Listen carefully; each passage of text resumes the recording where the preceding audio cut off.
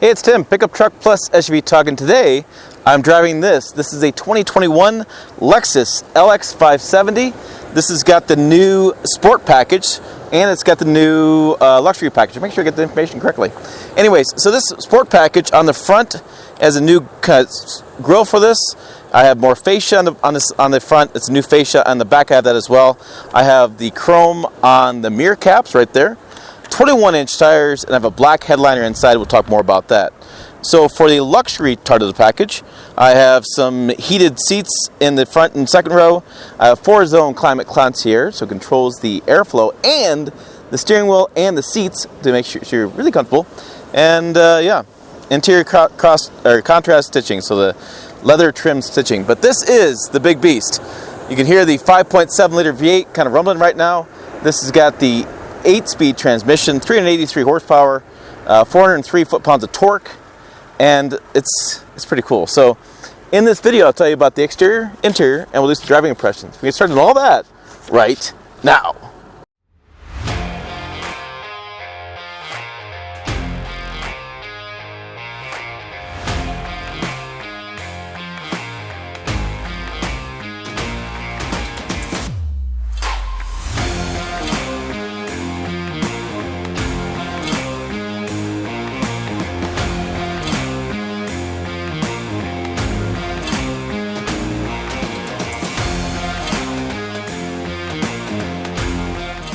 Alright, so there you go. I kind of already talked about the exterior, so we can see the changes. That is atomic silver outside, and again, the new 21-inch alloy wheels and the front rear spoiler. You'll see that as I'll do some video here of some flying around my drone. Really cool footage here. So that's, like I said, the new exterior, and it looks pretty cool. I do like the look of this. It is a big, beastly vehicle, and good. It looks like that, so fine, fantastic. I'm going to go talk about some of the features inside. So starting price is $91,580. I have a wireless charger, I have a cool box, heads-up display, the leather package is $1190 there. Mark Levinson sound system, 2300. Dual DVD rear entertainment screens, which are a boom there and there. That is $2,000. We have the Sport package, $6,100. That's for all those additional alloy wheels and that kind of stuff, and exclusive front grille. Heated espresso steering wheel is going to be $150. All alloy wheel locks, $85. Weather floor liners with cargo mat. Nice floor liners, by the way. Yeah, really nice floor liners.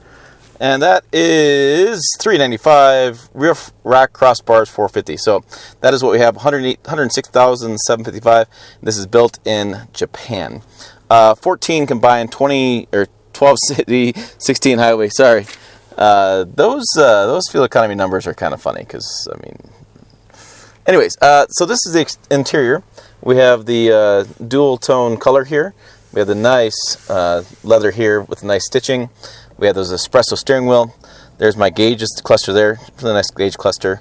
I do have my cruise control down here, which is always a little bit funky to find sometimes. But I have stereo buttons there. I have the big kind of screen here. I have my infotainment kind of selector thing. It's like a trackpad mouse. Not trackpad mouse, but it's a trackpad joystick kind of thing. So you can kind of move that around to different things. And then we have a big enter button. I do have, this is a really cool feature. This is a turn where it actually locks in one of the rear wheels and allows you to turn even faster. So you can pivot almost on a dime. I have on and off. This is for the hill assist control. Traction control. I have a electronic locking center differential. That's really cool for off-roading. I have the ECT2 button. This is for the transmission. Heated seats, cooled seats, heated steering wheel. I do have crawl control, which is pretty cool. It actually is like off-road cruise control. I have different drive modes: Comfort, Normal, Sport, and Sport Plus. And I have four-wheel drive, selector switch, and then I can raise and lower this. It's pretty cool too. It's got air suspension built into it.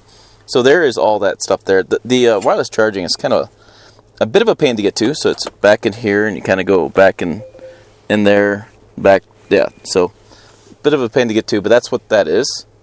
And then, yeah, the two-tone stitching. It's really nice, comfortable interior. Let's check the second row out. So again, these really nice floor mats, shaped for the vehicle, keep all the mud in there. This is the second row. I do have the, going up here, should latch right there and right there. And that is nice for the kids. Sunscreen back there. And then really nice seats back here. plenty of leg room. It's a big vehicle. I do have a third row, which is a little funky to access, but we'll give that a shot. And there is more of that rear fascia that's different. And this is the bumper, the hitch in here.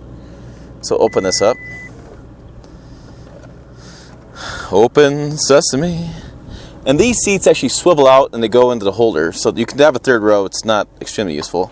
This is actually pretty handy. This comes down, and this is one of the cool features of this. I've done some overlanding, actually, with the Toyota Land Cruiser. Done some overlanding with this, and this is really handy because this is like basically you can use this as a make breakfast here, make food here. You have a little toolbox area here. You can get tools in here. It's really a nice, handy shelf for that kind of thing. I didn't think much of it, but I have thought more about it and more. I've used it in different off-road camping situations, stuff like that. So that is pretty handy, and that is the exterior. So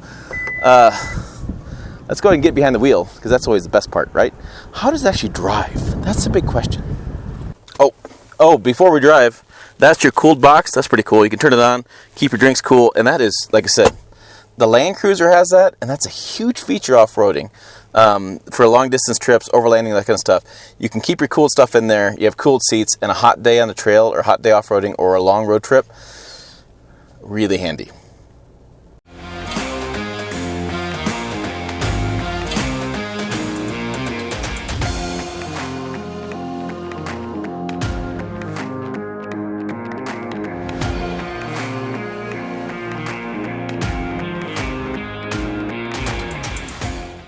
Alright, so let's get back on the road here. We'll do a little bit off-roading, show you that. So this thing is really capable off-road. It is exceptional with all the crawl control and stuff. It's basically a nice version of a Toyota Tundra with all the off-roading kind of capability that Tundra doesn't actually offer. It doesn't have crawl control. This is crawl control. It has electronically locking center differential, blah, blah, blah. That the Tundra doesn't have. But this, like I said, it's not something you're going to take rock crawling that often. But you could if you wanted to. You definitely could if you wanted to. Get over here. Yeah. And then, I have a backup camera, which is pretty cool. I wish the quality was a little bit better, but I'll show you that in the screen. I do have heads-up display, which is really nice too. And then when you want to get into it, you have the big V8 sound. Yes, man, big V8 sound. It doesn't sound like that amazing, but it is kind of cool to have a big V8. Those are kind of becoming extinct for some reason. It's not the quickest thing in the world because, well, it's really heavy. I'd have to look at the sticker, but I'm going to guess this is at least 5,000, maybe more like 6,000 pounds. I'll put that information on the screen. I'll just show it there. And that'll correct myself if I'm wrong. Yeah, that's how that works. All right, so behind the wheel, you have very much a commanding presence. I mean, you're up high anyways, the way the vehicle sits, and way behind this, when you're behind the steering wheel, you're kind of like a god. You're kind of like just behind the wheel, like, this is my rig. I actually set up higher than this than I do in my trucks that I own, which is kind of crazy. But really good visibility, really good views, comfortable. That's the one thing that is crazy about this, is you have all the off-road capability, and you have the comfort as well. All right, under the hood, boom. We have the big 5.7 liter V8, 8-speed automatic transmission. We have the oil fill here, washer fluid here, which is a great spot, easy to get to, and yeah. Nothing else really easy to get to.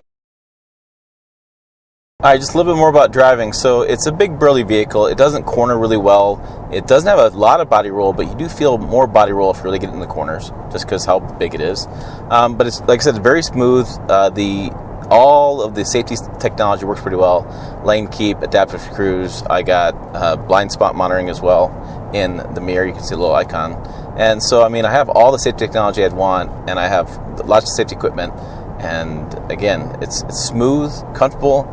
But again, it's almost like you're driving a big truck.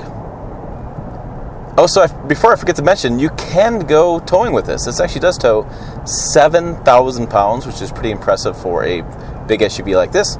And with the V8, it's probably going to tow it pretty well. I don't have any concerns about that. So this could be your vehicle to take your boat to the lake or your camper for the weekend and have a very pleasurable ride. Plus, like I said, cooled seats, heated seats. If you get back into the lake and you're a cold day at the lake, hop right in, hit those seats, and warm your tushy right on up. Fantastic. Overall, I mean, I should wrap this up because I like the look of the exterior. I mean, this is something that definitely doesn't sell that well in the United States, but it sells really well globally. because it's really reliable. And so big V8, really reliable, lots of off-road capability. I mean, that's some parts of this country and this world, actually, country too, it makes a lot of sense. And to have the third row when you kind of need it, I mean, it's more of a kid's third row, but, you know, kids are great back there. My kids love back there. You have the cargo area, you have a good look, you have Lexus dealership experience, and you have the fact you're driving a Lexus. I thought the sport package looked a little bit better. I do have some qualms about the off-road capability when you do the more fascias and have a deep fascia there in the front, like a long one towards the ground, but I don't know. It's not something, like I said, you're going to rock crawl too much with this. So there you go. I mean, really my only cons are going to be fuel economy, price, and fuel economy, price. That's about it. So, hey, for more Pickup Truck Plus HV cool stuff, check the video out over here. Website down below. As always, thanks for watching. I'll see you down the road.